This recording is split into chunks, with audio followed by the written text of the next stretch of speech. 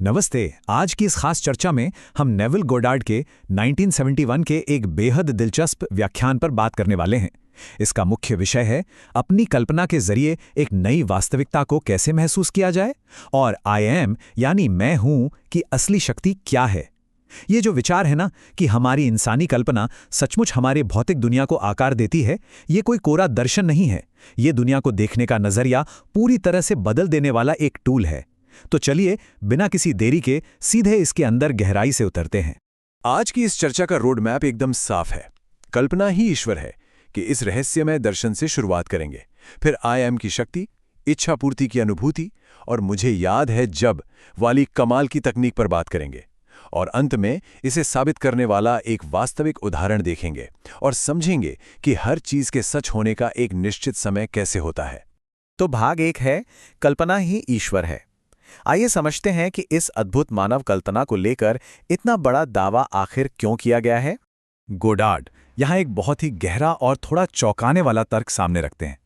देखिए, एक तरफ झूठे ईश्वर का विचार है, यानी कोई ऐसी शक्ति, बाहरी वस्तु या मूर्ति जो इंसान से बाहर कहीं आसमान में बैठी है।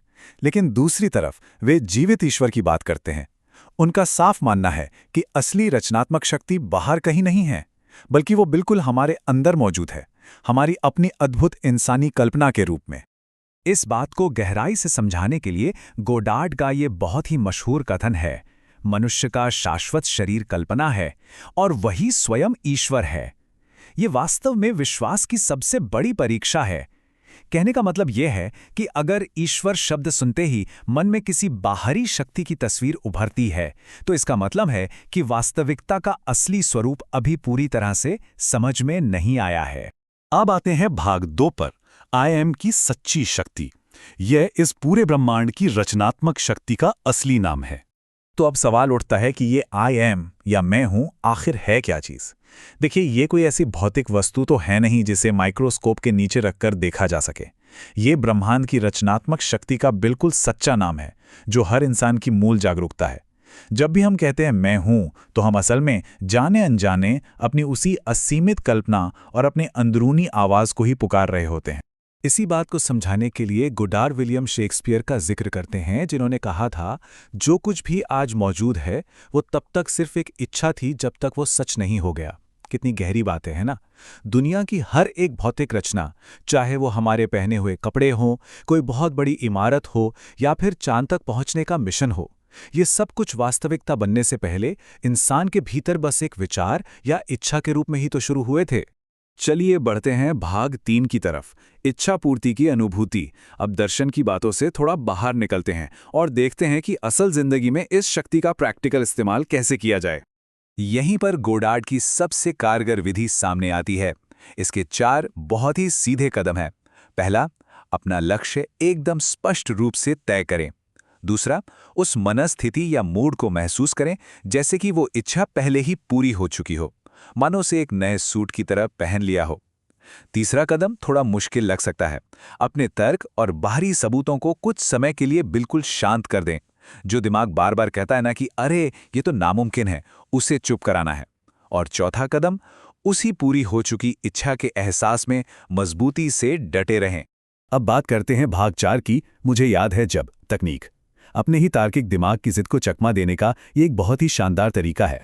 कल्पना कीजिए कि सामने कोई बहुत बड़ी पहाड़ जैसी बाधा खड़ी है। जाहिर है दिमाग तुरंत घबराने लगता है, लेकिन गोडार्ड कहते हैं कि इसे अपनी वर्तमान समस्या के रूप में देखने के बजाय इसे अतीत की एक याद में बदल देना चाहिए। बस मन ही मन ये सोचना है, मुझे याद है जब ये एक समस्या हुआ करती थी। है ना कमाल का तरीका।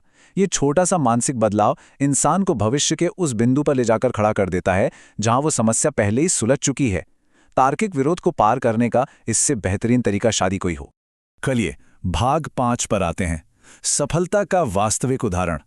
जो बातें अभी तक हमने सीखी, आइए उन्हें पिट्सबर्ग के एक स्टील कर्मचारी की सच्ची कहानी से साबित होते हुए देखते हैं।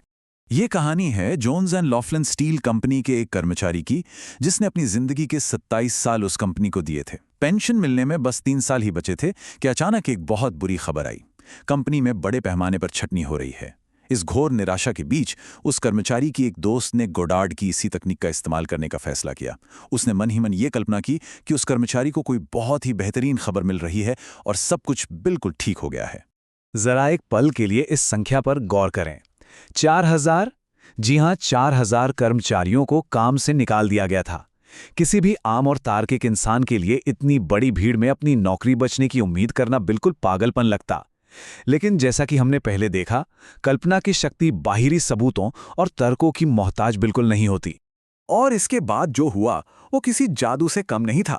घटनाएं ऐसी पलटी कि उस कर्मचारी का 2 साल पुराना एक रुका हुआ इंटरव्यू अचानक एक मैगजीन में छप गया। और तो और, कंपनी बंद होने के बजाय वह $13 मिलियन का भारी भरकम निवेश आ गया। नतीजा, सभी 4000 कर्मचारियों को वापस नौकरी पर बुला लिया गया। कहानी यहीं खत्म नहीं होती। उस कर्मचारी को इतने पैसे मिले कि घर की पुरानी छत नई हो गई और पत्नी के लिए वो ऑर्गन भी आ गया जिसका वे दोनों बरसों से सपना देख रहे थे। मतलब एक दृढ़ आंतरिक संकल्प ने बाहरी दुनिया को पूरी तरह से पलट कर रख दिया। अब आते हैं हमारे आखिरी हिस्से, भाग 6 पर, परिपक्वता का निश्चित समय। यहां हम इंतजार और अटूट विश्वास की अहमियत को समझेंगे। इसे समझाने के लिए गोडार्ड एक बहुत ही सटीक उपमा का इस्तेमाल करते हैं। देखिए, जीव विज्ञान में हर चीज के विकसित होने का एक तय समय होता है ना? जैसे मुर्गी के अंडे को 21 दिन लगते हैं, भेड़ के लिए 5 महीने होते हैं और इंसान के लिए 9 महीने। बिल्कुल इसी तरह इंसान की हर कल्पना या विचार को भी भौतिक रूप लेने के लिए एक निश्चित अदृश्य समय यानी एक इंक्यूबेशन पीरियड की जरूरत होती है। हर बीज का अपना एक समय होता है। लेकिन इस प्रतीक्षा के दौर में सबसे बड़ी चुनौती क्या होती है? हमारा अपना ही तार्किक दिमाग। गोडार्ड की यहाँ एक बहुत ही सख्त सलाह है। वे कहते हैं कि जब तक वो बीज मिट्टी के नीचे अपना आकार ले रहा है, तब तक बाहरी सबूतों या मन के संदेह को बिल्कुल हावी न होने दें। भले ही बाहर दुनिया में अभी कोई भी बदलाव नजर ना आ रहा हो, फिर भी उस पूर्ण हो चुकी इच्छा वाले एहसास में पूरी मजबूती से टिके रहना चाहिए। तो अब इस चर्चा के अंत में एक बहुत ही गहरा सवाल छोड़कर जाते हैं। अगर ये सच है कि दुनिया में मौजूद हर भौतिक चीज, हर एक आविष्कार कभी न कभी सिर्फ किसी के मन की एक कल्पना ही थी, तो जरा सोचिए, आज जो हमारे भीतर आंतरिक संवाद चल रहे हैं, उनसे कल की कौन सी वास्तविकता आकार ले रही है? क्या हम अनजाने में अपने लिए नई रुकावटें खड़ी कर रहे हैं या फिर पूरी जागरूकता के साथ अपनी मनचाही दुनिया का निर्माण कर रहे हैं? इस विचारोत्तेजक सवाल के साथ ही ये विश्लेषण यहीं समाप्त होता है। इस चर्चा का हिस्सा बनने के लिए बहुत बहुत धन्यवाद।